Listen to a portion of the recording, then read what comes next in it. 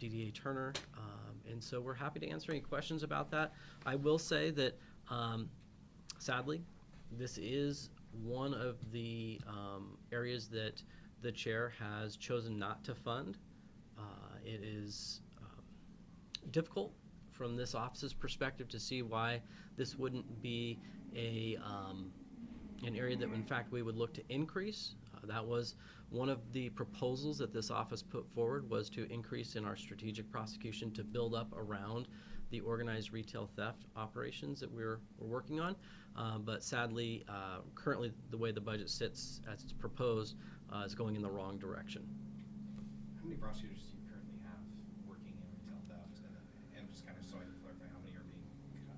Yeah, so when we talk about just dedicated to organized retail theft, there's one. And that is Ms. Theresa Turner. We have, certainly we have other DAs that, are working in our misdemeanor unit or in our felony property crimes unit, and they are what I would call more of the generalist.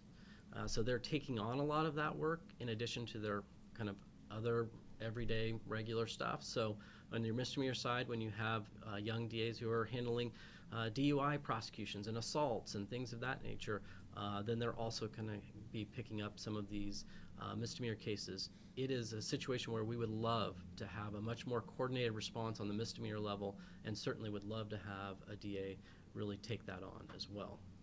Can we go, before we get too deep, could we have Theresa do her presentation, and then we'll come back for the... It may answer a few of these questions. Yeah. Okay, I'm going to show you on here, but we're going to go ahead and also be able to provide you with these videos as well. So this is Melvin Johnson. I'll go ahead and play this right here. And Melvin Johnson, along with his other two co-conspirators, they would go in, load merchandise onto a cart. Mr. Johnson would go in and push the cart out the door. He did this on 11 separate incidents in Multnomah County. The loss was over $10,000. We ultimately went to trial in this case, and he was convicted and sentenced to 29 months DOC. He was well known to the retailer in this video. They knew him by name, would even call him by name when he would enter the store, him and his co-conspirators. Here's some pictures of him walking out on separate incidents with that merchandise, carts fully loaded. That's what store? Looks like Home Depot. Yeah, and Yeah, so it looks like, I mean, is it a Home Depot? We're a little It- hesitant to announce that. Yeah, I'm always really careful about stating what the retailer's name is, but on a video like this, you'll be able to see, as well as with any court documents that you would get. I'm careful about saying their name without conversation prior to. yeah, I mean, those are home improvement supplies. Yes, they are. For thousands of dollars. from what Oh, I can see thousands there. of dollars. Yeah. yeah. And we're going to certainly highlight kind of the overall caseload that DDA Turner is handling, but these are some very specific examples to really highlight the work that she's seeing on a daily basis. Yeah, and something else that's really interesting about this case as well is that when me and my investigator met with this store LPO, he was the only LPO, and he represents 2 states. So he goes back and forth between Oregon and Washington. So some of these incidents weren't reported until my investigator had further conversation and then kind of got them all reported and aggregated together. So. LPO is Loss Prevention Officer. Yep, loss prevention officer, and DOC is Department of Corrections or prison.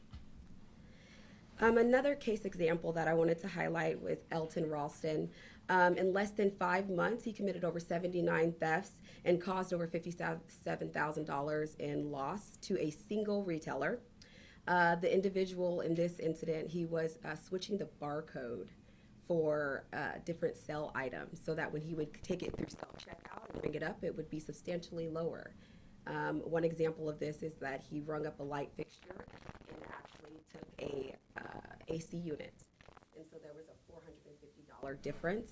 You'll see some pictures that I provided where it has the receipt, amount, and how much he paid. For example, on one of these incidents, he only paid $111, but the merchandise that he took was over $1,200. And just to confirm, it's Elton, not Elston, like the sheet says. It's Elton. Okay.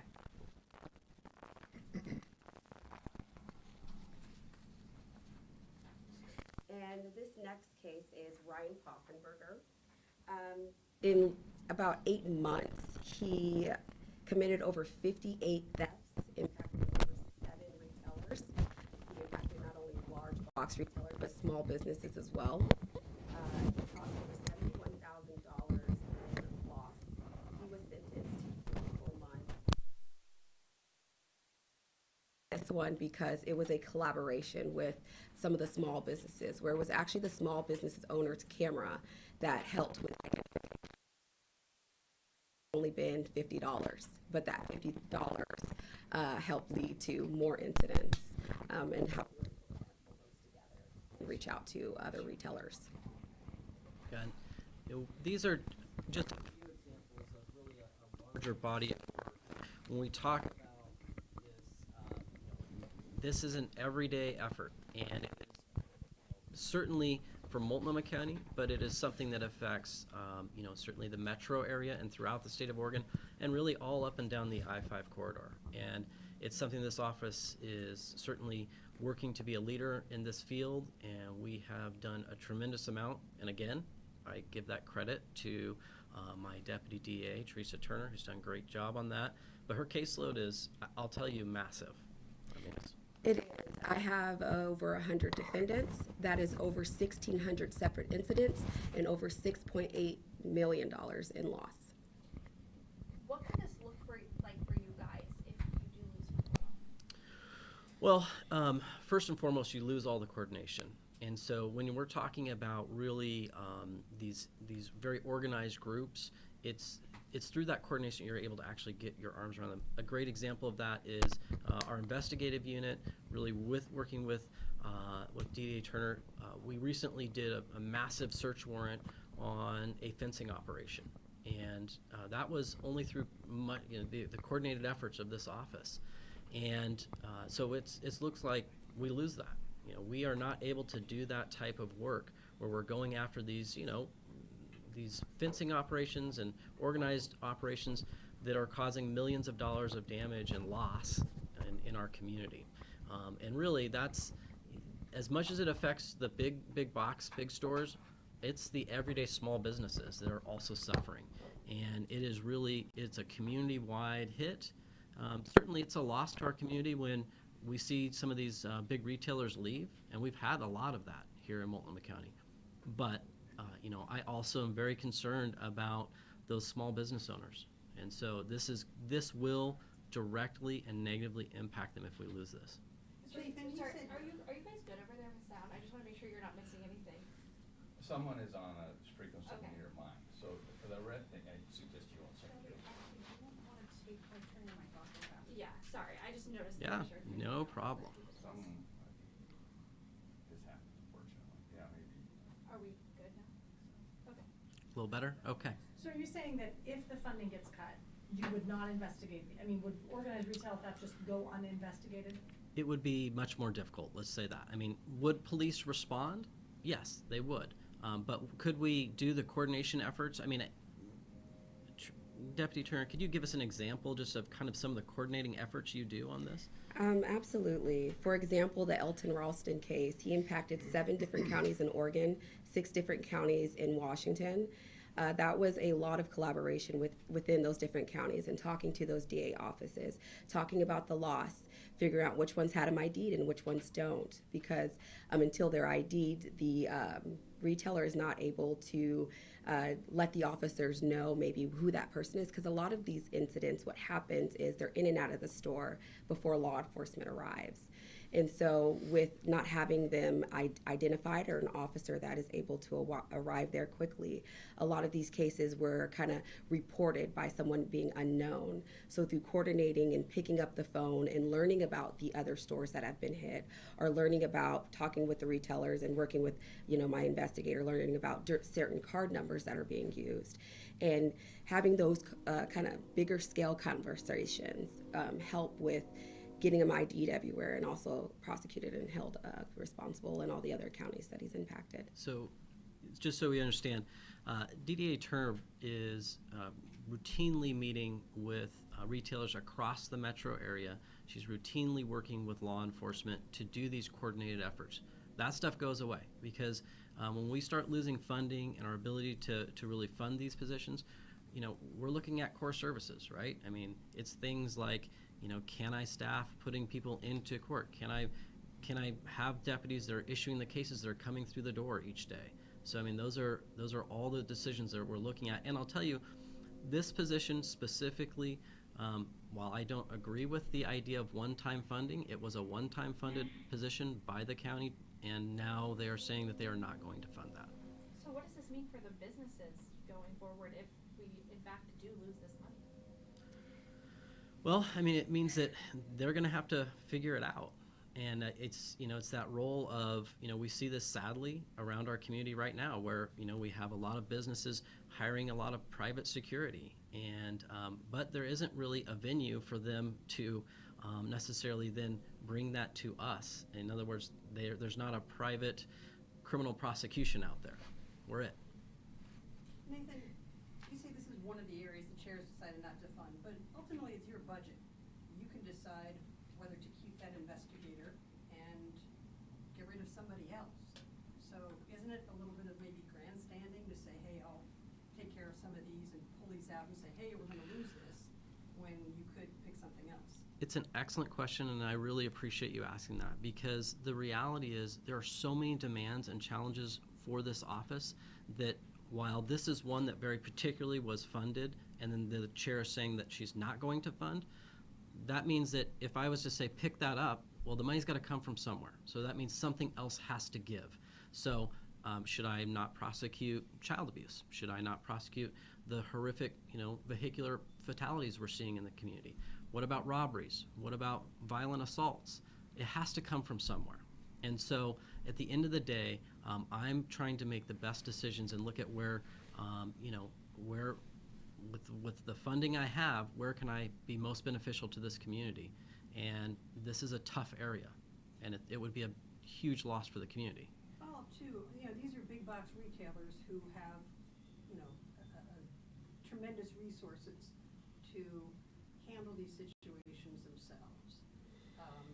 It's the small retailers that people wonder, like, is this really the best use of your resources in helping out big box stores as opposed to focusing primarily on small businesses who deal with this day in, day out?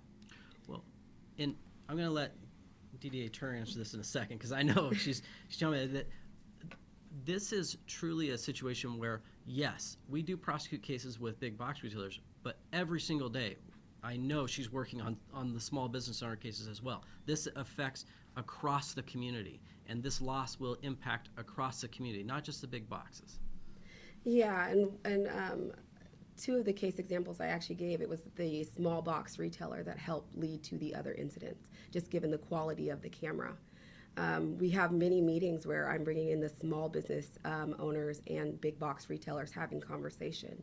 Through that coordination and collaboration, that leads to larger cases and just greater prosecution and results with overall in those cases. So I'm working with them often with the small retailers that reach out to figure out who their top list is. My caseload is small retailers and large retailers' top 5 offenders. That's what primarily my caseload is of, and their connection with organized retail crime and how they're moving and their patterns.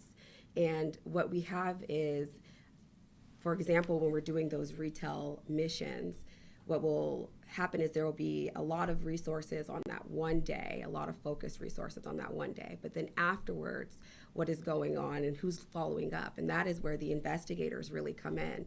And they're doing a lot of work, and it's us looking at this from like a bird's eye view and connecting them all together, because what we're finding out is the same people that are going to the large box retailers are also going to the small businesses. That is what we're finding out when we're sitting down at these meetings and having these conversations. Yeah, and I don't know if you remember a recent example where this office, and I know we consulted heavily with DDA Turn On, is that we had a burglary ring that was hitting hundreds of small businesses in the community. And so we went out and worked diligently to break that ring up, to stop that. So this is an office where we look across the community and are saying, how do we really go after the individuals that are having the largest impact on the community, whether it's small business or large? Quick clarifying question.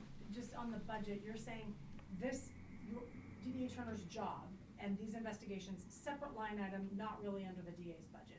It's a separate thing that was funded by the county? So how it works out is we have what we call our kind of our baked in or set budget, and then there are what we call one-time funding. So in previous years, the chair put this as a one-time funding, and so then essentially that was not rolled over or not put into our budget, and the chair is saying she's not putting forward the funding to continue this work. And then just on what you were saying, when you meet with the businesses, are you meeting proactively with them or just after they've had a theft incident? Proactively, we've done trainings with small and large businesses on writing reports, what we need when cases are referred over. Our investigator, for some of them, where they're not able to afford security or some of the different technology that some of the big box retailers have, my investigator is able to come in with the resources that she has and help with identifications and help with kind of gathering a lot of the cases together. And to clarify, is that investigator also funded under the DA's funding? Is that how that works? Yes, I believe that is Yes. correct, yes. We have some state. Well, yeah, we've two retail theft investigators. One is funded through the state Criminal Justice Commission. It's a grant funded. The other position, the city of Portland, has been the task force partner for the last 2 years. Again, we hope that continues on both ends. But those investigators are working exclusively on retail theft, both organized and then working closely with the Portland Police Bureau on the missions. You see, they make arrests, 10, 12 people arrested.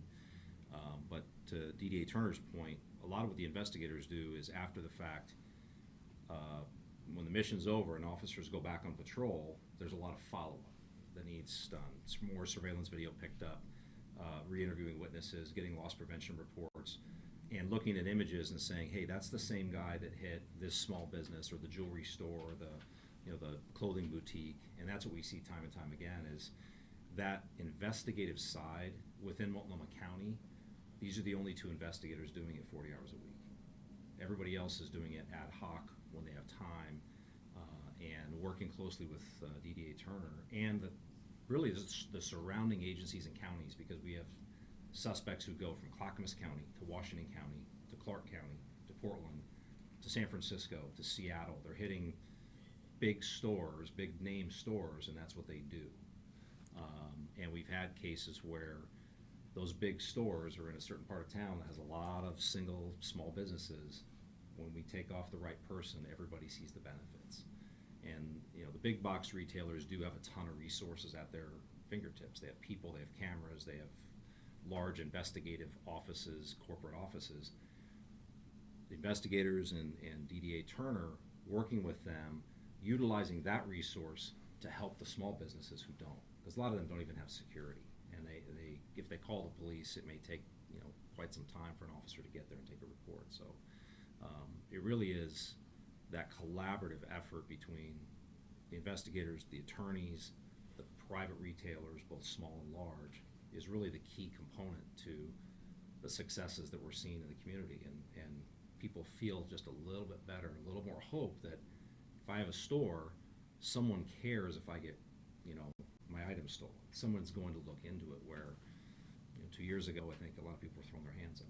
So you can start seeing a lot more plea deals or let's say it goes through and we're in July and August, somebody gets arrested for retail theft. Are we seeing more plea deals, more kind of getting away with it? I'm just kind of curious how you see it. What I think is when you see this loss and this kind of loss of coordination, you're just going to see less cases. You're going to see less of these large individuals that, when we're breaking up individuals that are stealing, $70,000, $100,000, those just aren't going to exist because, as DDA Turner was saying, a lot of that case, one of these cases started with a $50 theft. Well, guess what? I could, have that case prosecuted and we could deal with that, and that would absolutely not stop that individual who in reality is out causing hundreds of thousands of dollars of damage. Without this position to coordinate and to bring it all together, you just don't have that.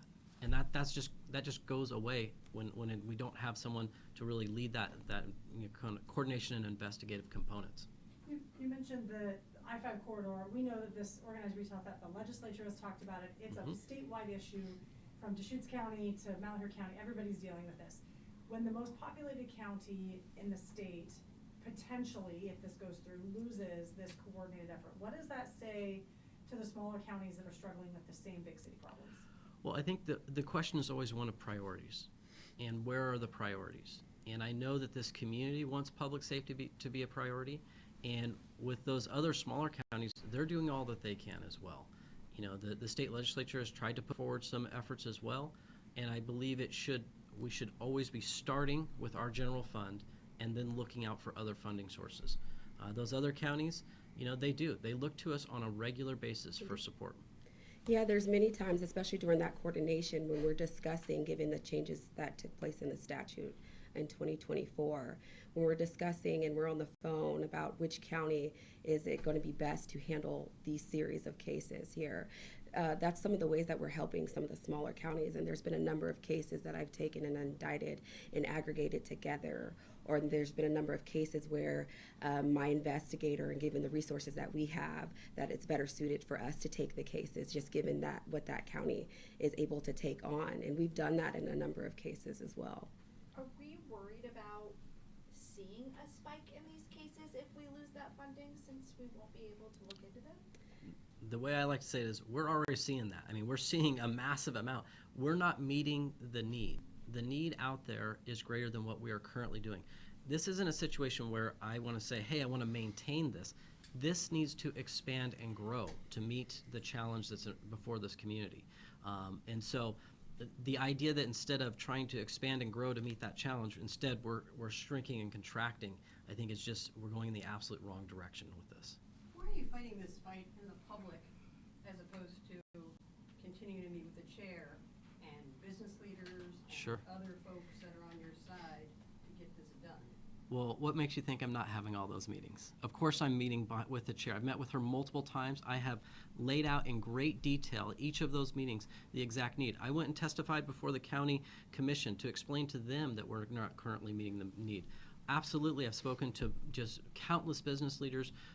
You know, if you look and see the amount of support we've gotten, those letters that we have, you know, just across the board, the Attorney General's office. You know, we've heard from nonprofits, we've heard from TriMet, all these different groups we've been talking to really explain the need to improve public safety. I came into office just a few months ago, and I can tell you that combining my over 2 decades of experience with now being at the head of this organization, what I know for a fact is that we are not funding public safety in this community to the need and to the level it should be. Have you talked to the chair since the budget was released? You mean last The Thursday? recommendation? Yeah. The last conversation I had with her was the day before it was released, and I made we had a very long meeting where I explained to her in great detail the needs and why I believe that that she should not be cutting our budget. Instead, she should be increasing it, as I put forward in my what we call transmittal letter. And she told you? The budget was the way it was written. That was what she essentially she said. It's already been written, and that's what it's going to be. Now, she said that we would have further discussions throughout, you know, the month of May and then into June. There's certainly opportunities, and I'll be meeting with the other county commissioners to discuss the budget. I have had some preliminary discussions, certainly with them, about the needs that we're facing, the challenges we're facing. But absolutely, I'm going to be talking with business leaders, with county commissioners, and with law enforcement partners, because this is, I believe, vitally important for this community. The chair's argument has been that the DA's office took some of the smallest cuts across the county departments, particularly in the general fund.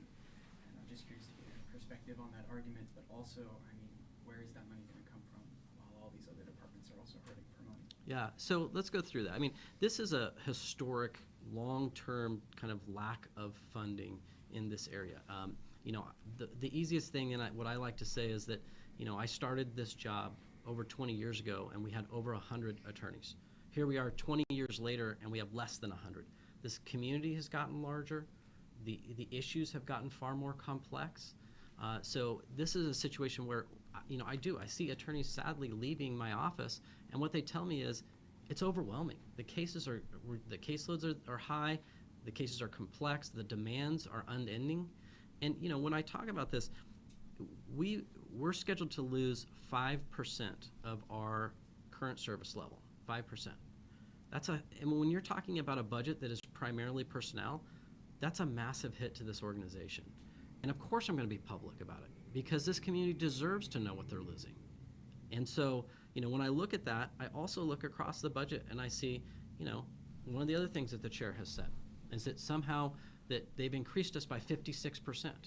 Well, when you start to adjust that for inflation, it's really not that much.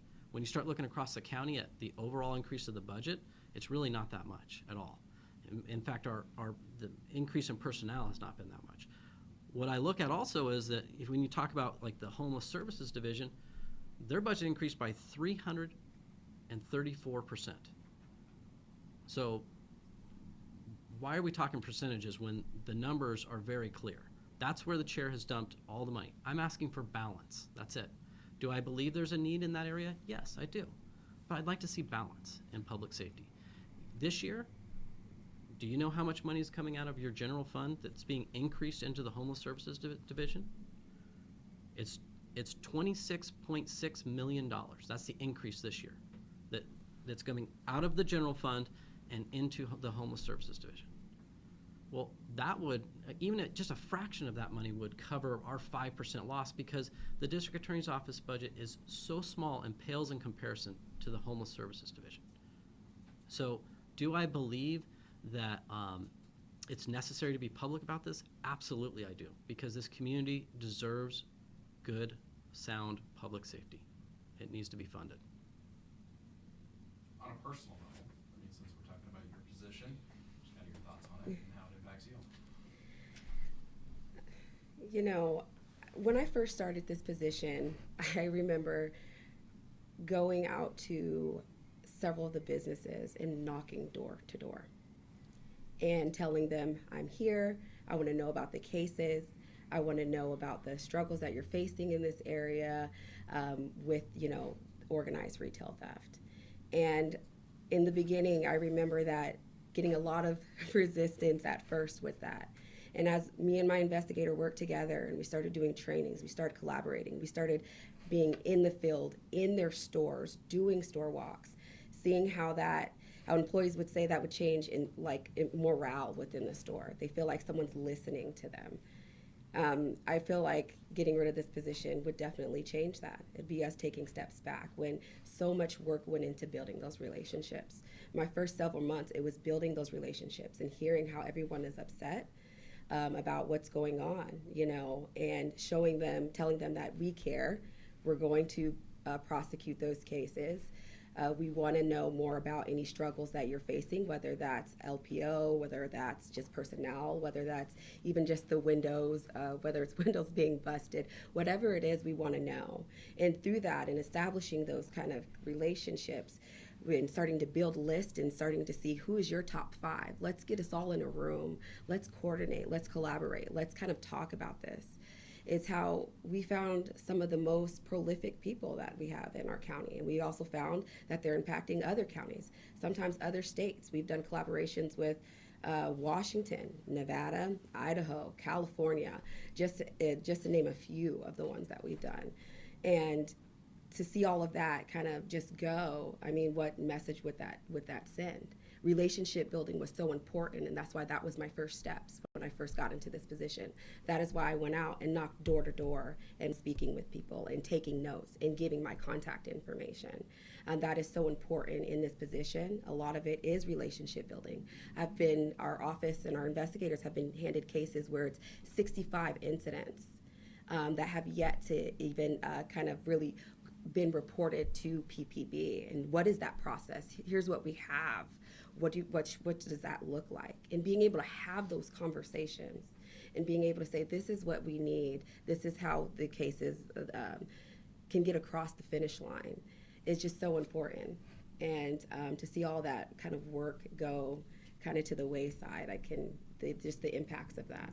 Yeah. I'll tell you, it's hard in the sense that before DDA Turner started, Multnomah County was getting this reputation of just crime was going, without any accountability. People could steal at will and just do that, and that became a real difficult thing to sit back and watch. And once DDA Turner took that position on, what I saw, and I believe what this community saw, was a dedicated effort to coordinate among law enforcement to change that narrative.